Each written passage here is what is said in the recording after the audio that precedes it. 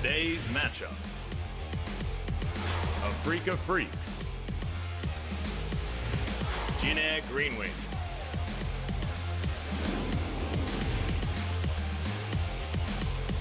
MVP. Rocks Tigers. Beginning of the end. 2018 League of Legends Champions Korea Spring Split.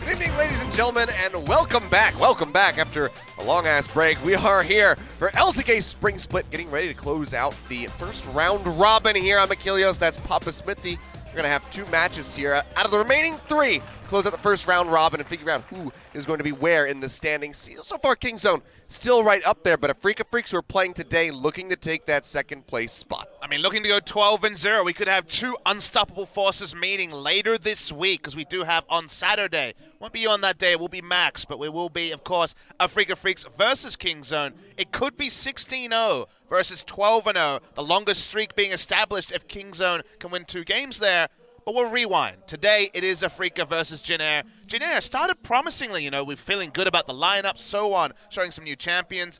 They've fallen away a little bit. They've really been struggling. 3-5, could be 3-6 if they lose as expected to the Afreeca Freecs.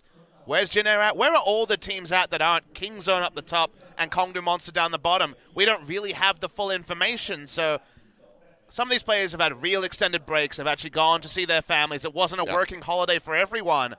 Very hard to understand the lay of the land right now, or even after one match day for these teams. There's 5 weeks of competition after today. We're starting slow probably today. Yeah, we have a lot of shuffling around going on. KSV losing just yesterday. SK Telecom picking up yet another victory. Looking improved, still not, the SKT. Everyone who is a fan there hopes and prays that they're going to become, but they're working their way up the totem pole. They're trying to climb the standings.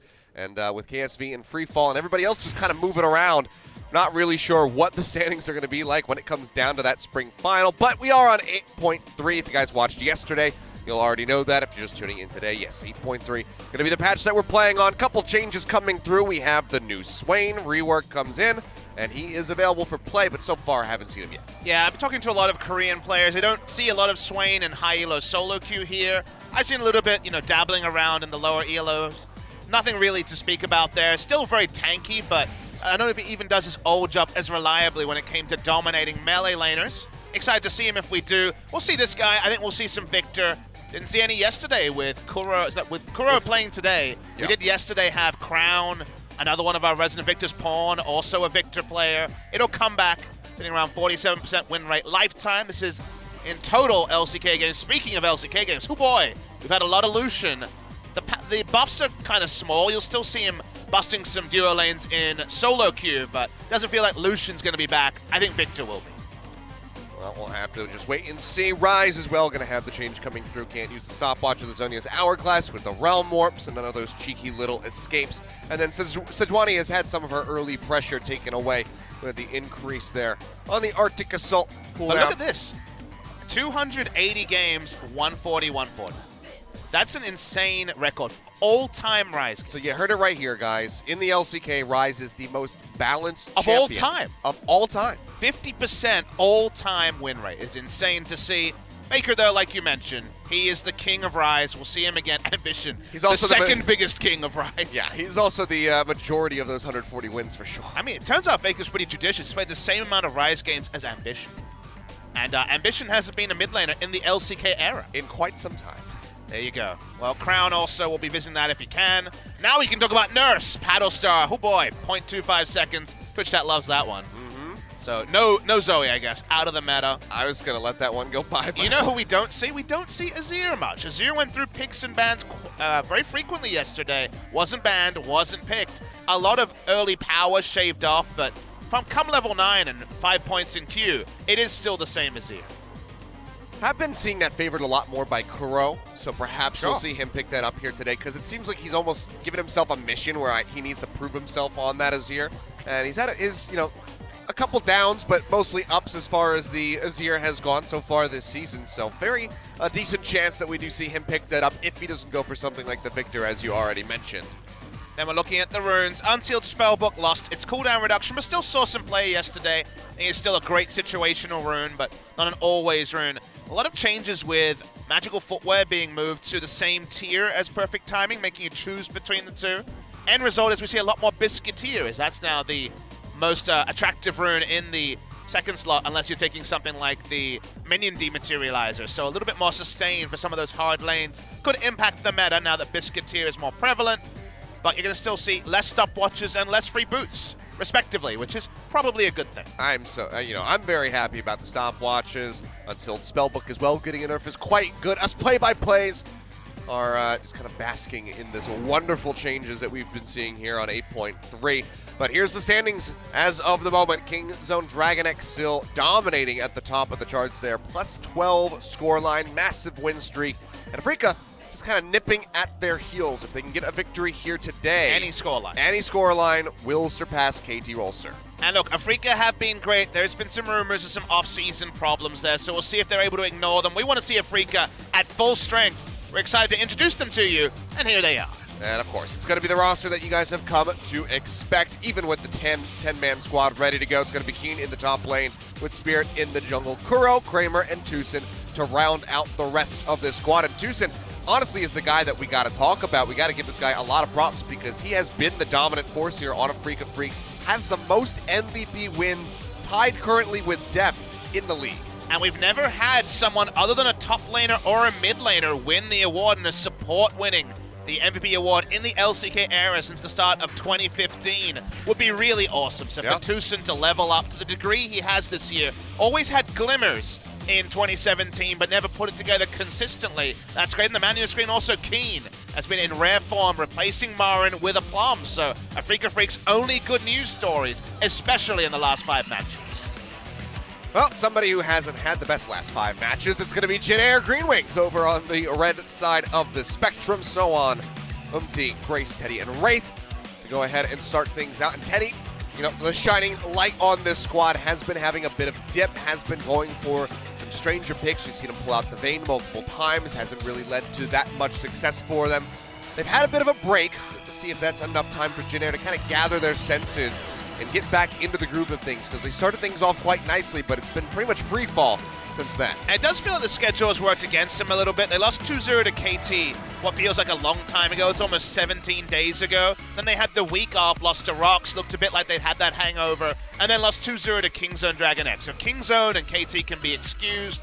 The Rocks Tigers game had those extraneous circumstances. BBQ as well, another questionable one. That was a while ago. Again, where Jin Air's at and whether they can be competitive against the Afreeca Freecs, what competitive looks like with how dominant Afreeca has been. Speaking of dominance, Kramer, the only player in the league above 10 KDA, 10.7.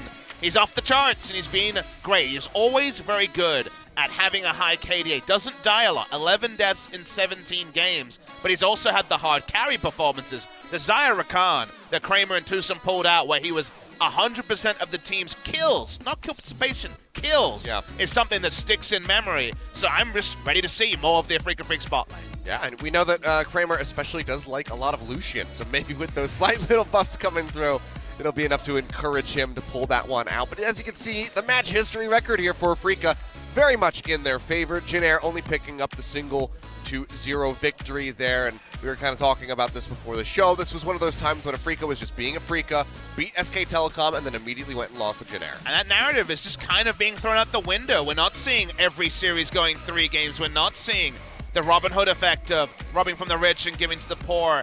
Afreeca have been a lot more consistent, and this man, you mentioned him already, a picture of consistency. One of the few people actually to get Alistar last week, or 2 weeks ago, I should say, as Alistar's now joined the ban list in many games. He's a playmaker through and through, and tank supports who can initiate are the meta. Yep. TusiN really making a name for himself here. We already had those glimmers of hope for him last season, but he has really stepped up to the plate here this time around, and that's why he's going to be at the top of the MVP standings there alongside Depth, and now has the chance to take sole possession of first place yet again today if he can get some more MVP wins in. Key position here between these guys going to be the AD carries, Kramer versus Teddy. And as you say, top KDA right there. And really hype matchup between these two. Both of them had a great spring split, even if Teddy has fallen away a little bit against harsh competition. 5 wins, 0 losses on the Varus, a pick we'll talk about in Champ Select. Teddy only a couple of games on the Kalista, but also undefeated there. You have to think the fans are going to like Afreeca Freecs here. We'll see what the percentages are like. And okay, the Jin Air faithful are hanging in there. 79% say Afreeca Freecs. I think there's definitely more of a likelihood than that they'll pick up the win here unless things have changed dramatically in the 10 days or so since they last played. Yeah, I mean, everything that we've looked at leading up into this matchup, every single chart we popped up on the screen kind of just directs your mind to one thing, and that's going to be an Afreeca Freecs victory. But you still have to hold in the back of your head, this is the Afreeca Freecs. We know them from past seasons for giving away games where they shouldn't, for going to 3 games when they should not. And after an extended break, when we haven't gotten to see them for a while, Jin Air has some time to build up some strategies to fine-tune their play. Wouldn't be that shocked, honestly, given their track record, that this would be the time for Afreeca to drop things. But we are into the pick and ban, and the first thing taken away is going to be Caitlyn. And it's not something I'm shocked about, given how much we saw from Deft yesterday. And if you look at AD carry solo queue accounts, usually pretty boring. They're just playing the standard stuff. But Caitlyn is one that's been sticking out a little bit. A bigger pick in the LCS region, especially the EU LCS, where Caitlyn has been a massive pick. Big pick for Deft, big pick around the league. The lane dominance is cemented. Caitlyn first ban. It does mean perhaps we'll see more AD carry bans than last time out, where we were seeing a lot more of a focus on mid lane bans right at the end of 8.2.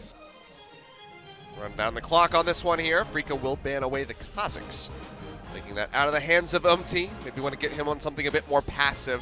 Yeah, a lot of the strategy for Jin Air when it comes to the early game, we're not talking about the 94-minute games, we're talking about the early game, is around UmTi creating kind of all the pressure that happens. They usually have pretty safe standard farming lanes, and UmTi, being crazy on the Kazakhs or the Camille or something like that. Speaking of Camille, I think Camille is a very smart ban against Afreeca Freecs, but do you have the ability to do it on red side is the problem. This season, Kiin is 2-0. Spirit is our best jungle Camille at 3-0. So leaving Camille open in the flex pick nature, we even know that TusiN has played it in competitive at the support role, is always a pretty heavy cost. Teams are starting to feel like red side is more prioritized on this particular patch because the standard OPs, the list is pretty small. Feels like Gangplank might be a perma-ban, but everything else can kind of be considered. So we'll see what Jin Air wants to do here. So much left open, but that's just kind of the lay of the land on patch 8.3. Well, SoHwan is going to be the final one here. So still plenty available. The Camille, as you mentioned. Ezreal will be a very standard first pick as well. I would think Ezreal, especially given the meta that we've seen in the last few match days, but groupthink can always change, and this would be a reach, but it would cement the point you were making, Achilles, that Afreeca Freecs have really been valuing the Azir, but no, quick change, it's going to be the Zoe, so we're going to see Kuro jump back onto this zone. We've seen great performance from him so far, as Jin Air is playing with the hearts here. I heard the Korean casters, they gasped. Just going to have the hover here for the moment. They're not going to lock in Sion. They're not going to lock in Swain. Way too, they might lock in Sion, but that's true. Sion, way too early to see the Swain get locked in. I definitely have Sion on the mind. That's a very likely pick for this series and the next one, and all of them this week. But the Swain is probably not going to be locked in. So Kalista for now. Look on the side of Jin Air. We'll see what they want to put together with the Kalista. Could take a mid laner in this round. They kind of have to take one early. Otherwise, you're left with winning matchup upon winning matchup. And okay.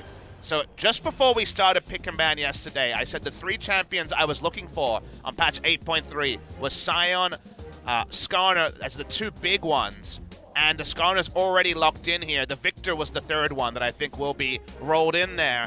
Skarner, very big in the LCS regions, finally going to be picking up some priority here. See what UmTi wants to skill. There's a big disagreement with Korean Skarner players compared to LCS Skarner players. A lot of Q-Max Skarner, which is the old Max, of course, of the Crystal Slash, are not being going for the E-Max, which is very common in other regions. We'll keep track of it. Something had to give, and we're getting a battle, Achilles. Someone's going to have an undefeated run on their AD carries taken away. It's going to be Varus versus the Kalista. So definitely the people who did their research were on point with this prediction. Kramer has the longer standing track record, so we'll see if he can add another victory there. Or if Teddy's going to get the upset, backing him up to make sure that this Varus can help stay alive and maintain that KDA. Will be the Tahm Kench there for TusiN. And then a Taliyah into the mid lane for Grace. Yeah, Taliyah, one of the standard farm lanes that was available where you can get a Banshee Veil, second item, and just try to deal with the situation. Maybe even get a second Banshee's Veil. That was an interesting choice by Pawn, who said he was nervous, but sold it in the end. So sadly, it wasn't a secret strategy we didn't know about. Here are the bans, and Jin Air have done their research. They do get to ban away the Camille without letting it be a flex pick for the side of Afreeca. See if Kiin shows us something new. He's largely been on the GP, Camille, and Gnar train. He's also our resident top Rise, but Rise was the blue side ban here. So Gnar is the kind of tier list pick, as that is an Ornn. So amusingly, Ornn's character select icon is so hard to see from my angle that it looked like they didn't ban. It is very faded, so it's a bit difficult to see at times. But Jack's very clearly going to be that last ban by the side of Jin Air. And then you wonder for SoHwan, because SoHwan this season has had an effective champion pool of 3. Ornn, Gnar, and Vlad. It's all that he's played. He won't take any targeted bans. Afreeca, especially with Kiin in great form, have a lot of confidence in going against him. They will counterpick, it seems, for the top lane. Seeing a little bit more Janna this season. I feel like it's still only kind of a necessary pick when it really counters a team comp. So in this particular game, I wasn't a big fan of it. We'll just go for the Braum, go for the tier list support here. Nice answer against the Zoe as well, of course. So let's see what Afreeca wants to make of their draft. They have very good pick, they have very good poke, so they largely can do anything they want to round out this draft with an identity. They know they're against the Braum, they know early QSS in the mid lane will kind of delay the power spike for the Zoe, and we mentioned it, everyone is playing Sion. Kiin playing it in solo queue as well. Glacial Augment Sion is the expectation here. Now the jungle pick. Spirit has been the mad scientist. He's played so many unique picks this season. Yeah, blast from the past. A farming jungler against Skarner.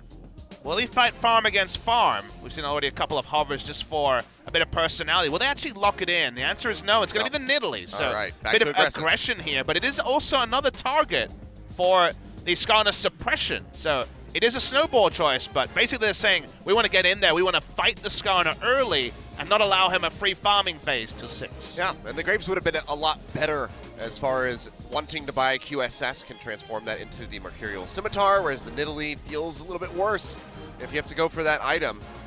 So unless he can get massively ahead of UmTi early on and can just rip him apart, likely going to have to pick that item up, and Gnar going to be the final lock-in for the top lane. And we got the NA import matchup, Gnar versus Sion. A lot of people asking about why Sion, why so much Sion. 3 games played of Sion versus Gnar in the NA LCS. I believe the Sion didn't do too much winning in that matchup, but the thing about Sion is he's one of the few tanks who can lane against Gnar and not get slammed, just because Gnar is so good at laning against tanks with the mixed damage. So Sion versus Gnar, we'll see how the Korean spin on this matchup goes. Probably going to be not Comet for lane, probably going to be the Glacial Augment for a bit more CC. But I'm liking the fact that 8.3, even though it wasn't a massive patch in terms of amount of changes, seems to have changed things where it matters. We are getting new stuff. We're still unsure if it's going to decrease average game time after we had the very long meandering KSV series. But let's zoom in on this one. Afreeca Freecs on a 10-game winning streak.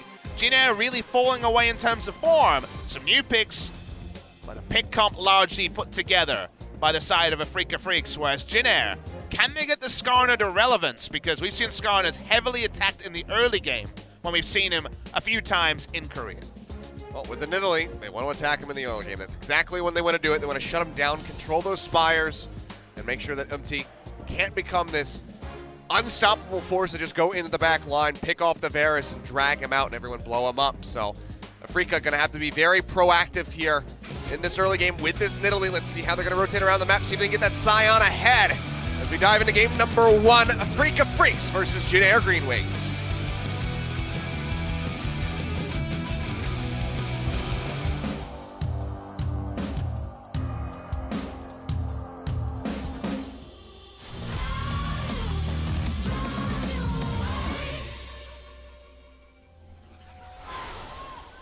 소환사의 협곡에 오신 것을 환영합니다.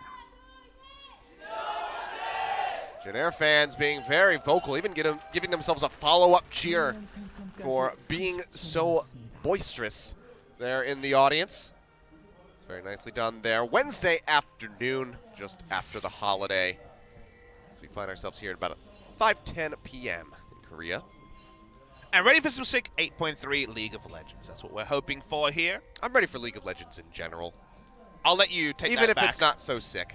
I think it'll be good today. I'm excited to see if Afreeca can continue with it's kind of the irreverent aggression we've seen from them. They've been very good at pushing leads the last couple of series, and honestly all season, apart from a couple of hiccups towards the start. Speaking of starts, we are going to have a Predator Skarner. Oh boy, this has been big in Korean solo queue. All about that pseudo-ghost effect, where you just turbo Skarner without even boots of mobility or anything like that, and a bit of extra burst on usually your ultimate, which is usually the first ability you use when you come out of the Predator movement speed. So while it seemed like a gimmicky solo queue choice or a Hecarim-only rune, it is going to be used on the Skarner as well. And it will be common. So against the Gnar, going to go for a little bit more lane presence. Not going to be the Glacial Augment. So it feels like UmTi went with the solo queue special, and Kiin has gone for more of the competitive rune when it comes to the Comet Sion. But we're going to see so much Sion this week that we can sit back and reevaluate the win rates as we get more time. Just going to go ahead and remind you how damn good TusiN has been this season. He's been pretty damn good. With that lower third. And, you know, it used to be that problem where we would start praising TusiN. He would fall apart and start basically inting into the bottom lane. But this season he has avoided that quite well. Well, I mean, you're really setting him up for a bad performance with a comment like that. So we'll reevaluate that one. We won't just do the both of us praise him and see what happens situation. But he's going to be on a little bit less playmaking. Tahm Kench can certainly have MVP performances, but usually is purely about the disengage. Yeah, just shutting down enemy engages. I had a chat with UmTi before the game started, and I've talked to him about Skarner before, because he actually speaks some pretty good English, so he is actually able to have some conversations about the jungle meta, and he's a big fan of QMax Skarner, so it's going to be more of the QMax Skarner, guys. The EMAX, the NA, EU, and just kind of the group thing for most people outside of Korea is EMAX Skarner after the buffs, and I must admit, I play it and I'm a big fan of it, but it seems like QMax is the popular choice here in Korea, which to me says you want to be able to skirmish. Maxing Q does more damage to champions over time in a pure skirmish pre-6, so to me the only reason you would actually go for QMax is around that particular metric. Not supposed to talk about his English, man. That's how they get exported out of Korea. Don't talk to any of your Team Liquid friends. Don't talk to them. I am not assisting anyone getting players. Certainly not UmTi. Despite Jin Air's track record, I quite like the guy, and I quite like watching him play. I tried to assist his Skarner skill order, and he doesn't agree with me, so as you can see, QMax. Same with Spirit. So you want him when gone. He played it. He didn't listen to you, so you're like, get out of here. Send him to America. He wouldn't fit in there. They don't max Q over there, Taliyah. That's true. It'd be even worse. He just wants to farm, so we're kind of waiting for Nidalee to start doing her thing. First item, Tracker's Knife, so this is the part where the battle warding usually starts for the Nidalee player. Kramer taking quite a bit of damage there from the Pierce out of Teddy. Gonna harass him down as much as possible. Seismic Shove connects onto Kuro, but he's fine. Comet Sion. Top lane's a bit more interesting than usual because of the Comet. So the Comet works so well with Roar of the Slayer because Roar of the Slayer slows, guarantees a Comet hit, and also it shreds armor, so it actually does bonus damage as well on the Comet. So it's just really good harass. The one thing I was struck by yesterday, we'll see if I have time to talk about it later, is UmTi. Yep, finds him, connects in with the Spear, takes him down quite low. Stun comes in. Spirit now starting to back away. Maybe looking to land another one for faster little follow-up, but instead we'll just go a separate way and peel back out of the jungle. Knew it would start It's here. the vision. He's going back in. Spire taken. He's got SoHwan backing him up, so this should at minimum force UmTi out. They're actually trading control wards here. Tries to get the trap down, can't have it. Sleepy Trouble Bolt does come through, and Grace is just going to cleanse that one off immediately. Seems like the War of Attrition going to be won here by Spirit as he tries to take away the Spire and the Rafters as well. So the question is why? Why are they actually reinforcing the invade with their jungler here to control the top side? The big reason for that is that Skarner will not be able to visit the top side of the map, and that means that Sion can kind of push with his E every time the minion wave comes in and just actually be a lane bully to the Gnar, especially early before something like a Black Cleaver is finished. This allows Nidalee to vertically jungle on the top side of the map, so it's a lot of extra safety to the Sion. Bot lane doesn't need more safety. They have a Tahm Kench already to disengage any ganks, so the theory here is that getting control topside helps the top laner more than any sort of penalty can happen if Skarner takes over the bottom side. So that's why we see such a reinforcement with Spirit and Kuro invading the ring. Oh, nicely done. It's going to give Spirit a very slight little lead here to start things off. UmTi coming back in, just going to be picking up the Ruby Crystal alongside his own Tracker's Knife. Sion is the tank. Auron has been nerfed, so Sion has jumped forward, very unkillable, has 3 AoE skills, 2 of which are just used for farming. So he's happy to push. Sort of thing that can potentially be penalized, as Grace was around the top side of the map. Just clearing vision here, UmTi doesn't want to give up the top side and allow Sion to have a free laning phase, but whether he has the pressure or not, Sion will always get to the minions with all the ranged farming I mentioned, so it's just his safety that has really propelled him into this scenario where he can lane against Gnar, who is the biggest threat to a tank, so in basically every scenario, he feels pretty good. See right there, just keeping up completely there with SoHwan. So has been a good laning phase so far for Kiin. We saw some hesitation there from UmTi, just threw down a control ward into the top brush, but wasn't able to go in for the gank. Not level 6, doesn't have the impale, and even so, if he does, Unstoppable Onslaught can just come through and deny that CC. Kuro tries to get a hit in onto Grace, finds it. Right on the face, takes a little bit of damage in train, but wildly comes out on top. Kuro's accuracy and also his inventiveness on the Zoe has been something I complimented. Obviously everyone can play Zoe, and Zoe does have very obvious power, but we've seen some nuanced play from Kuro that's really impressed me so far, and shown that this player who kind of is up and down, we feel like Kuro either really masters a champion or struggles with it. He has mastered the Zoe, threads another trouble bubble. Yeah, See if Spirit can follow this up. up. Star in. UmTi going low, they get the spear connection. Spirit doesn't want to even flash in for this one, tries to get it, one more hit. For UmTi to go down, won't be able to find it. And they'll just take away the Spire, flash down on both junglers. Yeah, but getting flashed down on Skarner means that now only Spirit really has any threat of the Skarner invading. And they're already on the front foot, so that interaction is unlikely to happen. Gonna steal away the Raptors, try to retake the top side control, as the bot side's been almost entirely abandoned by both teams. Spirit himself has fallen behind woefully on the Skarner and still been relevant in the late game. It's been a tough early game phase as Spirit thinking about a dive. Call has come through, SoHwan peeling back all the way underneath the turret. Nearly has the transformation ready to go, as well as the ultimate. The smash comes through, they try to chunk down SoHwan. Spear connects in, he is low, needs that transformation right about now, but Afreeca don't want to commit. They know that he'll get the Mega Gnar stun in underneath the turret and likely lead to a death, so they just decide to peel back. And turn on to an answering objective, something KSV struggled to do with yesterday was trading pressure. When there's pressure topside, bot side should be free, and that means they're going to walk up, rend and smite, happy to secure first Drake of the game. The Ocean will help the landing phase, particularly of the Taliyah that probably needs a bit of regen after every paddle star comes through. So with the vertical jungling we discussed, Spirit is able to harass down SoHwan, doesn't blow a flash or get the kill, and Jin Air actually get the objective trade there by picking up the Ocean Drake. Nicely done. Spirit now going to find that his Raptors have been taken. It comes down as well, so just going to be sitting in vision as he tries to go for the Spire.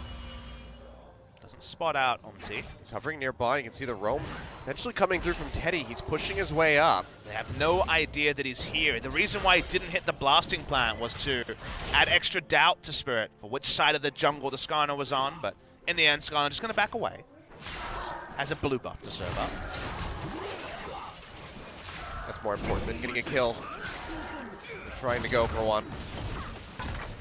Take care of your mid laner, so Graves will go ahead and find that blue buff for himself.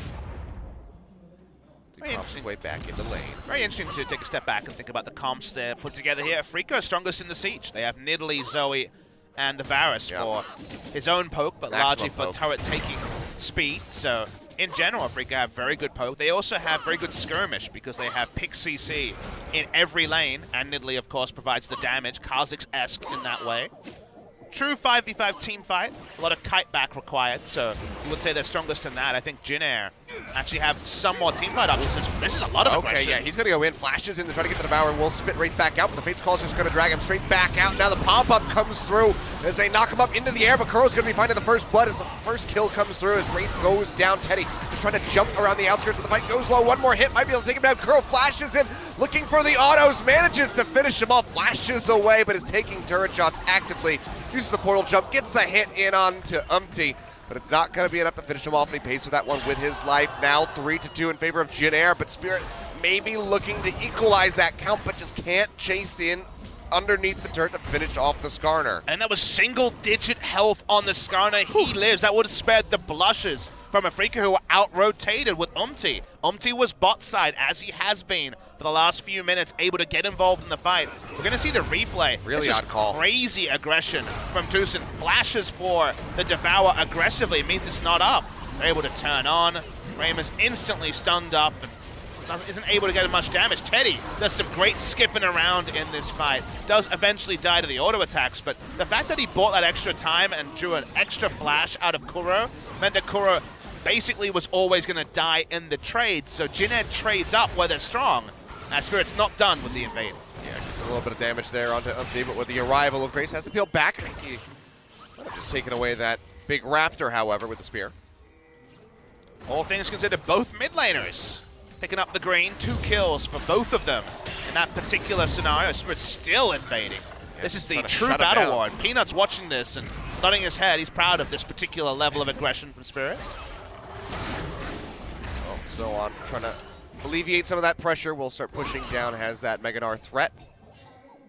And Spirit, he's had his fill. He says, okay, you know what, I took away enough camps there, enough minions away from you, so I'll just go back into my own jungle, keep farming, and he's got a blue buff to serve up over to Kuro. And a scenario like that looks pretty subtle. It's not a big thing to talk about. But the reason why I want to discuss what we just saw on our screens with Nidalee feeling strong enough to invade into the Krug camp in this particular game, the reason why it's relevant is that that's with Gnar. Usually Gnar is the champion who has lane priority in every lane, and then you have Gnar and Nidalee and you can invade. The reason why we do see this Sion part is that Sion can push in. He can actually allow you to play an invasion style around top side against the Gnar. Speaking of invasion, that's going to be the Flash Impale coming through the Dragon Man, flashes away, Seismic Shove catches him, and Grace finds the kill. 4-2, Jin Air starting to move forward, and Teddy will net himself a red buff take as well. This will feel like a fiesta, but it's both teams playing around where they're strong. Top side, it's all about Afreeca. Bot side, Jin Air spent more time. They have more control. And now we're just seeing people visit top side and bot side and get advantages left, right, and center. Jin Air are the ones that profit once again. Shouldn't be trying to invade your bot side jungle without your jungler if you're Kuro. So a misread on the map might actually cost them more as this turret's already low. Looking to get knocked down, first brick still unclaimed. Jin Air want that burst of gold, because right now, despite having the kill advantage, the gold is still very tight-knit, just about 100 or so separating these guys here at the moment. Take a deep breath. There's been so much action in this game. It really has been a definitely lot of skirmishes. appreciated after a very passive 8.2. They're still walking up here as Kramer was able to build up his rage by his top side. Get to the top lane. Well, that unstoppable onslaught not going to be netting much there for Kiin as they try to jump in on top of SoHwan. Spirit tries to chase in, but won't be able to finish him off, but they get the flash down away from the Gnar. Ultimate's down, so there's going to be some spiring. Oh boy. Or is there? Kuro here, yeah, maybe in a bad spot. Trouble Bubble not going to find much. Seismic Shove knocks him back again. He tries to jump forward to the Paddle Star, but it's just going to be too late, and there's no way to escape to his natural flash.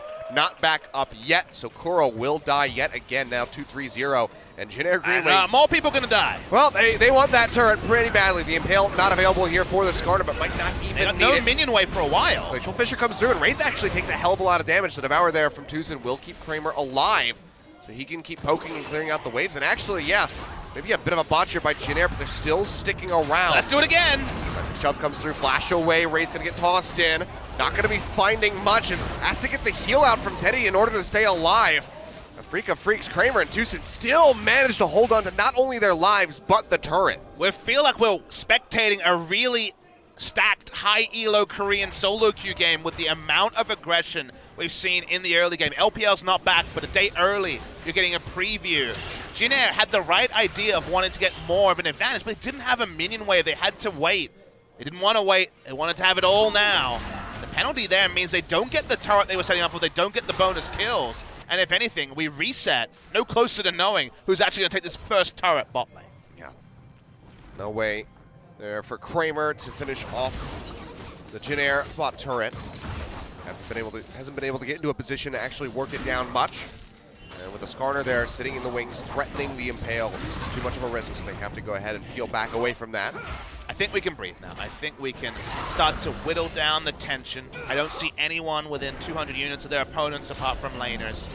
Again, I think the biggest takeaway for people trying to understand the 8.3 meta is how impressive Sion is to lane. I know we're talking about it a lot, but the fact that he can push in, stay equal in CS against a champion who's literally created to counter tanks is a big thing. So I'm liking the Sion, playing it in solo queue as well, so a bit of bias there. I was going to say, everything else is you're just such a one-trick fanboy right now. But everything else is just action, action, action, which is fun to watch. But right now, the lay of the land is only a 500 gold lead despite the 3-kill lead to Jin Air GreenWings. Afreeca have been keeping up rather well. Some suffering there out of the mid lane, however, as far as the CS is concerned, Kuro just getting picked on a bit too much. Does cost him as he finds himself in a 27 CS deficit.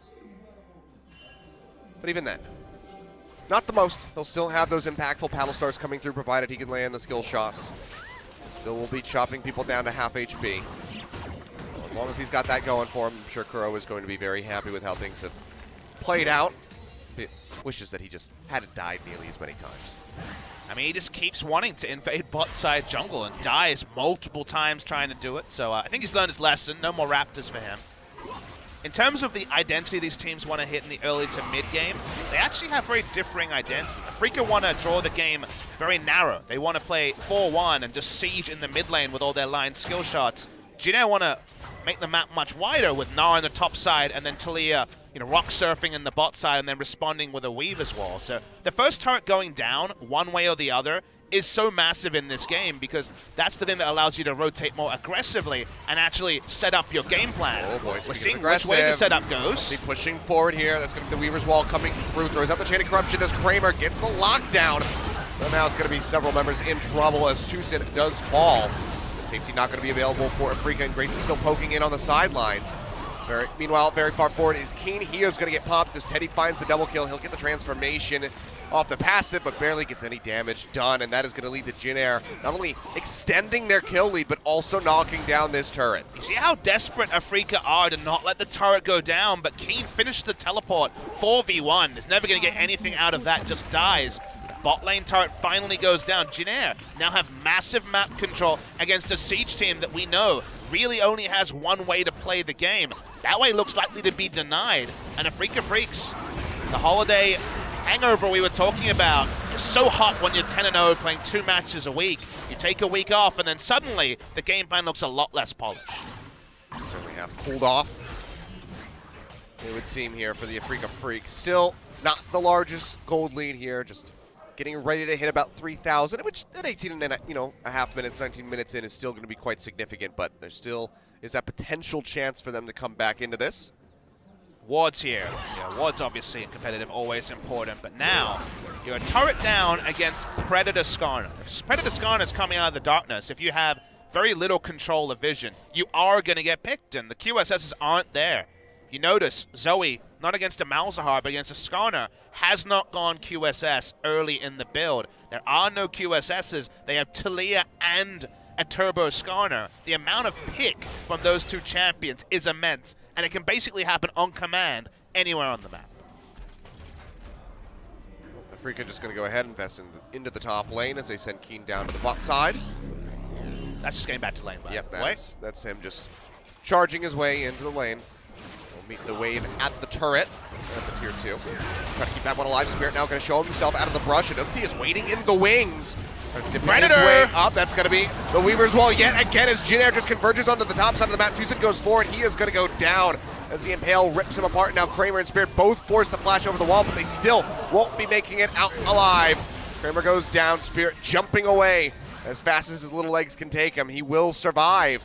But yet again, it's going to be Jin Air taking control over the map. Mid tier 1 going down top, very likely to fall shortly. And Jin Air Pings are coming out. They might just be starting up Baron. They already have Achilles. They've got the Ren secure. They're on it. There's no vision yet for Afreeca. They're going to start walking there. Will they be able to contest it? It's 20 minutes into the game. Down to half HP here, SoHwan looking to gatekeep as they try to push forward. Several members of Jin Air getting chunked lower and lower, but the Ren is going to be there for the confirmation. There we go. We see it taken away. As Jin Air finds it. Bait's call does toss Wraith forward. Glacial Fisher comes down. Now they're going to have to start to peel back. Abyssal Voyage comes in from TusiN, but he's got no range. He can't collapse in on these members of Jin Air, so they will be able to exit safely with this Baron buff just 20.5 minutes into the game. And I'm in love with this duo of the Skarner and Taliyah because the amount of aggression against a poke comp who's always going to be weakest to engage is just working out a treat. We're seeing the Predator and the Taliyah weave as well for turret dives because they're so confident that if they can close the gap on Zoe, on Nidalee, all of them are right targets for the Skarner Impale. They're getting the kills. They're transitioning into an absurdly decisive Baron, basically off spawn. That was just a case of them looking at a timer. Wraith, usually their shot caller, saying, we can do this. They certainly could, and now it feels like Afreeca are in disarray because how will you ever have enough map control to enact a poke comp when basically you don't control anywhere on the map and you have Baron buff minions pushing in 3 lanes? Thought about the interaction. What if we see, a portal jump forward from the Zoe, immediately impaled, and then it just teleports right back? So the impale, I believe, will be cancelled by the portal jump. So just like with an Alistair headbutt, you can do a sick outplay there, but of course it'll be available again when she's back in range. So we very well might see that interaction. Banshee Veil is complete, so at least one spell will have to hit to allow the Impale to be used. There we go. Jin Air takes the standing gold. They play 3 lanes much superior with how this comp is set up. Happy to push in and get further turret damage. And the poke comp doesn't have any vision denial to throw spears out of, so the threat is so little from the Nidalee. I mean, in just 3 minutes time, Jin Air has basically doubled their gold lead, and are looking to add more on top of that. Kiin has to play back. Transformation comes through for the decimating smash, but won't be able to find it. As they just try to hold on desperately to these inner turrets, but you can see the damage comes through. It's so early in the game. It's so early in the game. The Baron buff minions are going to do so much work against the Zoe. Kramer has 2 items, but no Hurricane this early in the build. Understandable. He's expecting threats in his face, but Jin Air just keeps moving forward. When you're a poke comp, you can't cheat through the jungle to follow these people doing turret damage. There's such a threat of the Predator Skarner catching you. So they're just going to get turret damage, disengage, go to another lane, control wards will stick, and there's basically nothing Afreeca can do. Even coming back from this point, it's a bit of a dire situation to say the least here. Spirit has done nothing. He has been around, but 0-0-0 the scoreline there for the Nidalee. It's just been a farm machine, but UmTi's the one walking away with the potential victory here under his belt. 1-0-7 on this Skarner. Nearly 100% kill participation. And people will wonder where it went wrong, because I actually like the draft from Afreeca. It is a poke comp, so of course an element of risk, but it's sort of poke comp that if it ever got ahead, there'd be few options for Jin Air. And engaging against a Baroned up poke comp or a poke comp that has a Sion in the front and plenty of damage is usually just to your detriment. Where it fell apart was Kuro giving away multiple kills on the bottom side and Afreeca not understanding that they had insane advantages. We did see Spirit do one thing this game, get into the red side jungle and contest, slow down the Skarner. But because their bottom side was weaker, they had to respect that. Instead, they gave over advantages bot side. They never could actually grow the top side advantage fast enough because things fell apart very quickly when Kuro died twice in about 5 minutes. And then they just never had the map control to actually put their comp to good use. We saw them once, go up, had the dive ready to go on to SoHwan. He was dangerously low, but they respected the Mega Gnar so much that they didn't want to go in for it. Couldn't finish off the Gnar, and they just haven't been able to surge Kiin forward. Him TPing into 4 members also doesn't help out Afreeca very much. As we see SoHwan with the juke just coming through, keeps himself safe. Spirit is roaming his way over, but yeah, he's not going to get caught. Casually keeps his flash as well. Has the movement speed. Went for fleet footwork this game for just a bit more maneuverability. That served him up a treat in that particular case, and because they used so many members to just try to get the kill on the Gnar with flash up, well, guess what? They're going to lose the turret in the bot side. Baron buff may have worn off, but the good times still roll for Jin Air. Yeah, they're going to lose another turret in the bot side. As it turns out, Weaver's wall to lock off the members of Afreeca Freecs. They have plenty of poke over the wall, but they can't clear out the minion waves. They can't get that much meaningful damage in. Spears and Battle Stars alike ready to be blocked there by Wraith with the Unbreakable. And Jin Air can just continue with their own siege as they have exposed an inhibitor there in the bottom side. Yeah, this game escalated. It was so amusing. A bit of a fiesta in the early game because both teams seemed to know where they were strong. Sadly, Afreeca didn't know where they were weak, and that really has counted against them. They've had no control of the map ever since about the 17-minute mark, and the Baron at 20 minutes was the biggest cherry on top for the smart moves that Jin Air made. Again, loving Skarner and Taliyah, and the decisive play around how much pick threat they have against a comp that only has one QSS on the Tahm Kench. Here, the Paddle Star's not really chunking UmTi for much. Jin Air just pushes in. Teddy jumping around like a madman, trying to whittle away at this inhib. Pretty much only a matter of time unless Afreeca can pull the trigger on a massive engage. That does nothing. Well, I mean, that breaks it, right? Yeah. But yeah, the AP behind it, not massive. Went for the Athenes for a bit more utility, but certainly not for sheer damage this early into the game.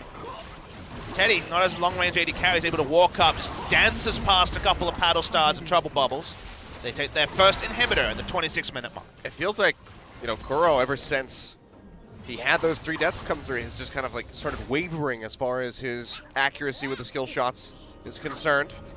Was pretty on point at the beginning in his trades with Grace, but ever since then, you know, he'll land the Trouble Bubble, but the Paddle Star will be off on cooldown, so he can't follow up for that. And also, he's just if he hits the right. full rotation, you know, only now is the Void Star finished. He doesn't have massive damage behind it. It's not a huge damage build. At this point, there are no Leandries, for example, that Zoe will want to pick up. So I think it's just a sign that they feel rushed. They feel pressured. They understand that the best case scenario team fights when you're at 10,000 gold behind, you probably still lose them. So a lot of great options here. A lot of engage to respect when Predator and Flash, now Righteous Glory also is up for UmTi. So Afreeca have given away easy objectives, hard objectives, basically everything because they've had to. But unfortunately for them, there doesn't seem to be light at the end of the tunnel with their team comp. 11,000 gold down. Infernal, Drake, Cloud, and Ocean all there for Jin Air. And even if we make it all the way to an Elder, we'll probably have about 4 stacks ready to go for that. Baron's going to get started up. They have the Ren to go ahead and take that one away, and there's just nothing Afreeca can do. Even if they know that this is being taken, still just no way for them to really answer this to try to take that one away. So another Baron going over to Jin Air here. 2 Barons, just 28 minutes into the game. That's a bit of a rarity here for us. Another one of those rarities. Will we have the game end with Nidalee not on the scoreboard? 0, 0, and 0. Some good counter jungling in the early game, but yeah, I think he can make it on the scoreboard. I'm pretty sure that Spirit will die before the end of this game. I mean, it's possible he doesn't. We've never had the 0, 0, 0 ending. 0, 1, 0 is the closest we ever got. So we'll wait and see what happens there. That was also in an Afreeca game, but Afreeca was on the winning side of that one. So I mean, this is a really, you know, quite the transition here for Afreeca. If they somehow, if they don't manage to somehow turn this game around. I mean, this game is pretty far gone. This series certainly possible. It's another Weaver's Wall.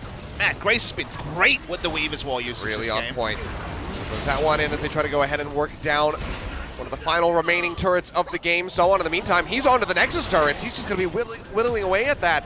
And the members of Afreeca, they have to peel back. The creep's still there, will get smited, so they just can't finish off that turret. But you can see it's true desperation here for the members of the Afreeca Freecs.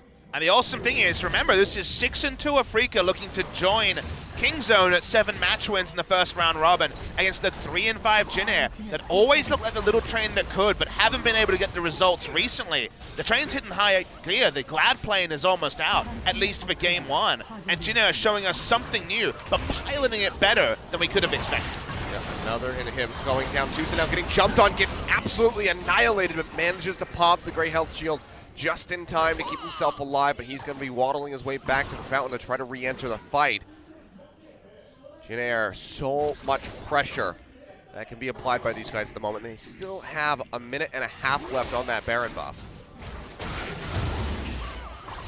Afreeca Freecs as you say, completely backs against the wall.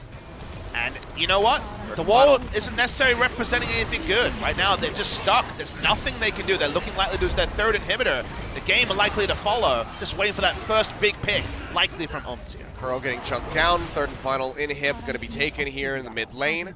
Super Creep's going to be pushing in on all sides. Weaver's Wall does come through. Afreeca Freecs going to be contained on this side as the first Nexus turret gets ready to go down. TusiN waiting for the Devourer to try to keep somebody alive. They're still standing here for the moment. SoHwan is really focusing on the wave clear, but Kiin, he's going to get knocked in, uses the onslaught just to get himself a few feet away so he can make it back into the fountain, but with him not in the front line, that opens up for the poke here onto the rest of the members of the Afreeca Freecs. Battlestar hit onto UmTi, does chunk him down significantly, but Kramer takes a lot of damage and has to flash away. They will hold on for the moment though. Jin Air do not want to toss this all out right here at the Nexus. They want to make sure they can close this one out cleanly. Yeah, the game doesn't end here, but Jin Air knows their window is wide open. They're not in any threat of being outscaled. They have the superior 5v5, as Afreeca were largely about the siege. So go back, purchase. You'll have buffs to pick up very shortly as well. The Cloud Drake, I guess you could take, but realistically, this game should not last till the Elder Dragon spawns. All Afreeca can do is start to push out their minion waves, hope that their inhibitors respawn.